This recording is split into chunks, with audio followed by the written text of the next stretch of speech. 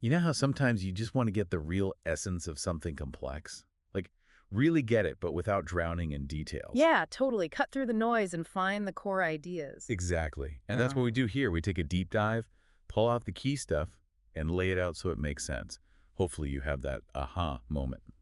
Think of it as concentrated knowledge. We handle the heavy lifting of sorting through it all. So today we're diving into a really foundational text, Miyamoto Musashi's The Book of Five Rings, written, what, 1645? That's right, 1645, and it's amazing how relevant it still feels. It's about strategy, sure, but also swordsmanship, philosophy. It covers a lot of ground. Musashi himself is, well, legendary, isn't he? Oh, absolutely. A 17th century Japanese warrior, a ronin meaning a samurai without a master. The stories say he fought over 60 duels by the time he was 30 and never lost. Just incredible. 60 duels undefeated. Wow. And he founded his own school, the Niten Ichi-ryu, the two-sword style, which was pretty revolutionary. Plus, on top of all that, he was apparently a skilled painter, too. A man of many talents, clearly. And he finished this book, The Book of Five Rings, the same year he died. Yeah, it was like his final testament, which probably adds to why it's still so popular. Centuries later, people keep coming back to it. It really speaks to the power of the ideas in there. For sure. And the structure's interesting, too. It's split into 5 parts, named after elements. Ground, water, fire, wind, which he links to tradition, and then void. Okay, so let's start at the beginning then, the ground book. What's the foundation he's laying here? Well, the ground book is where he introduces strategy as like the essential craft of the warrior. For everyone, not just the leaders. Yeah, he says it's crucial for commanders, obviously, but even the regular troopers need to understand it. But, and this is interesting, he felt that hardly anyone in his day actually truly understood strategy in its deeper sense. So he's setting himself apart right away, Mm, saying he's got a different take. What made him think that? His background. definitely. He talks about that undefeated streak, from age 13 to 29. But then around age 30, he had this kind of crisis of confidence almost. Really, after being undefeated. Yeah. He started wondering if his wins were just down to his own skill or maybe luck or, maybe his opponents just weren't that good. Huh. Self-doubt from a master swordsman. Right. So that pushed him into this intense period of study, really trying to figure out the underlying principles. He says he reached his own understanding of the way of strategy by age 50. And importantly, he stresses he did it mostly without a formal teacher. That's quite the journey of self-discovery. So why write the book then? What was his aim? He's pretty clear about it. He wanted to explain the real spirit of his own school, the Ichi school. He aimed to capture something fundamental, aligned with nature, the way of heaven and Kwanon, as he puts it. And specifically, not based on existing stuff. Exactly. He explicitly says he's not relying on Buddhist ideas or Confucianism or old war stories or standard martial arts tactics. He's presenting his unique way. He also talks about the twofold way of pen and sword. What's that about? Yeah, that's super important to him. The idea is that a real warrior needs both. You need the mind, the pen for strategy, for thinking, and the physical skill, the sword, for action. Not just one or the other. Right. He believed you had to cultivate both, even if you weren't naturally gifted. It's about practice in both areas, and he defines the warrior's path as this resolute acceptance of death. It sounds pretty intense. It is, but he distinguishes it. It's not just dying because you have to or out of shame. For Musashi, it's tied to the goal of strategy, overcoming others, gaining power, gaining recognition. That's the virtue of the warrior's way as he sees it. A very pragmatic, almost harsh view. Yeah. And he wasn't impressed with other strategists around him. No, not really. He kind of dismisses many of them as just sword fencers. Hmm? People focused only on technique who didn't get the bigger picture. The bigger picture being, Strategy as something more beneficial, more holistic, extending beyond just how to swing a sword. He really dislikes the commercial side of martial arts. Flashy stuff to get students, dojos competing for business. this dojo versus that dojo, he says. Exactly. He saw it as immature strategy, focused on appearances, and ultimately leading to, well, grief. He sounds like he wanted something deeper, more principled. Then he goes off on a bit of a tangent about the four ways of life. Why bring that in? Yeah, he briefly touches on the gentleman, farmer, artisan, merchant. It seems like he's trying to set a broader context for society. Maybe showing how strategy applies everywhere, or how it's different. Possibly both. Maybe suggesting that principles like planning, knowing your environment, using resources wisely, they echo in other walks of life too, even if the warrior's way is distinct. Okay, But then he uses that amazing comparison, carpentry to strategy. Can you unpack that for us? It seems really key. Oh, it's brilliant. It makes strategy so much more concrete. He says the master carpenter is like the overall strategist, the general with the main plan for the building. All right, the big vision. Then the foreman is like the commander in the field. They need to know the rules of the country, the rules of the house, and the theory, how things fit together. And managing the team. Yes. Crucial. Assigning people based on their skills, like using different woods for different jobs, some for beams, some for details. He talks about understanding the strengths and weaknesses of your materials or your people. Like knowing who's good under pressure, who's meticulous. Precisely. And morale is huge, just like troop morale. Plus, that constant practice, he uses the image of the teacher as the needle, the student as the thread, always learning, always refining. That's such a powerful image. Makes strategy feel less like some mystical art and more like a craft you can learn and master. Exactly. It grounds it, pardon the pun. Huh. Nice one. And then he gives a quick overview of the other books, right? A little roadmap. Yep, just a teaser. Water is about adaptability, fluidity, like water taking the shape of its container, how sword skills scale up. And fire. Fire is about the fighting spirit, intensity, quick decisions in the heat of battle. Wind.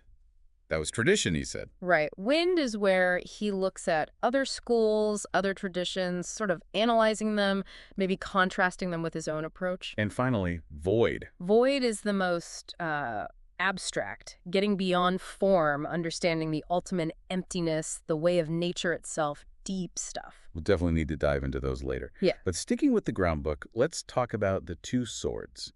His school, Ichi Ryunito. What's the big idea there? Well, warriors traditionally carried two swords, the long one and a shorter companion sword. Musashi's innovation, or emphasis, was really on learning to use two long swords effectively. Both at the same time. Often, yes, or being equally proficient with either hand.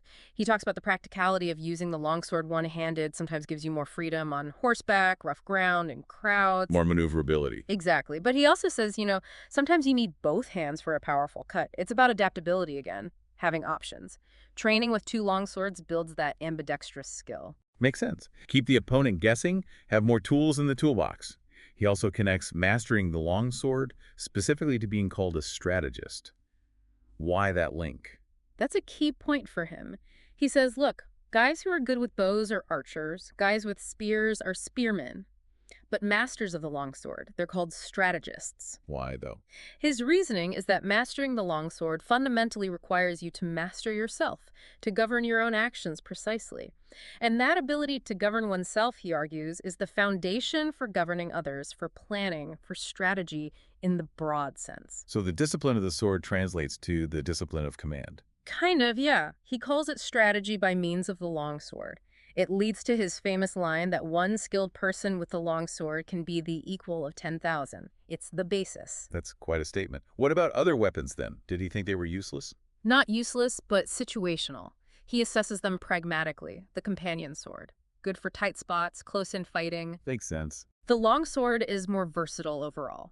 He thought the spear was better than the halberd on the battlefield because the spear lets you take the initiative more easily. The halberd felt more defensive to him. Interesting distinction. Bows and guns.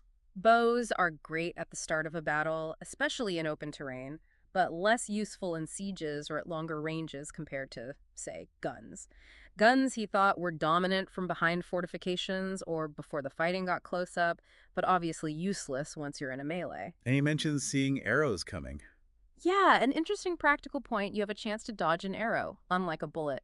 It's all very grounded in the realities of combat, he knew. So it's about knowing the right tool for the right job, basically. What about the quality of the weapons themselves? Durability is key. Like a good horse, he says, your weapon needs to be reliable, strong, no hidden flaws. Forget fancy decoration, go for hardy and practical. Function over form. Absolutely. And he advises against getting too attached to one specific weapon. Be able to use whatever's available. Having a favorite could be a weakness. Adaptability again.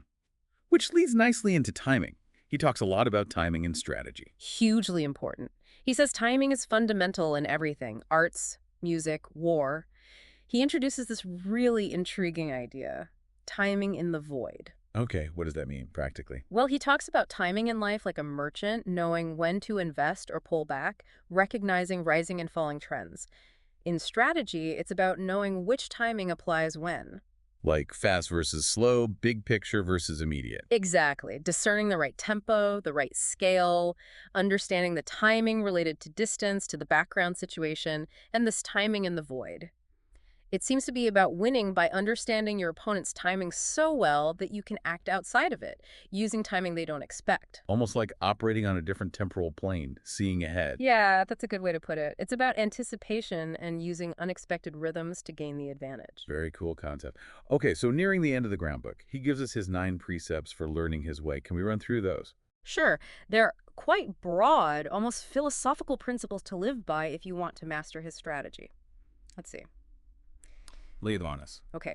1, do not think dishonestly. 2, the way is in training, constant practice. 3, become acquainted with every art broaden your horizons. So not just martial arts. Right. 4, know the ways of all professions, understand how different people work and think.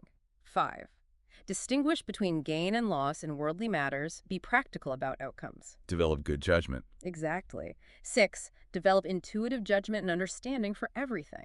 7, perceive those things which cannot be seen, look beneath the surface. Like reading intentions.